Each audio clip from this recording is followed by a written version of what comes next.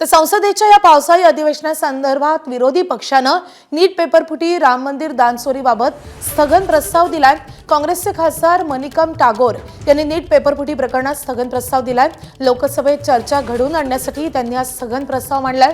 तर दुसरीकडे काँग्रेसचे खासदार रणदीप सुरजेवाला यांनी राज्यसभेत राम मंदिर दानचोरी प्रकरणी चर्चेची मागणी केली आहे। त्याशिवाय सीपीआयचे खासदार जॉन ब्रिटास यांनी राज्यसभा कामकाजासंदर्भात नियम 67 अंतर्गत नोटीस दिली आहे। या अंतर्गत त्यांनी राष्ट्रीय सन्मानाचा अपमान प्रतिबंधक विधेयक सादर करण्यावर आक्षेप घेतला आहे।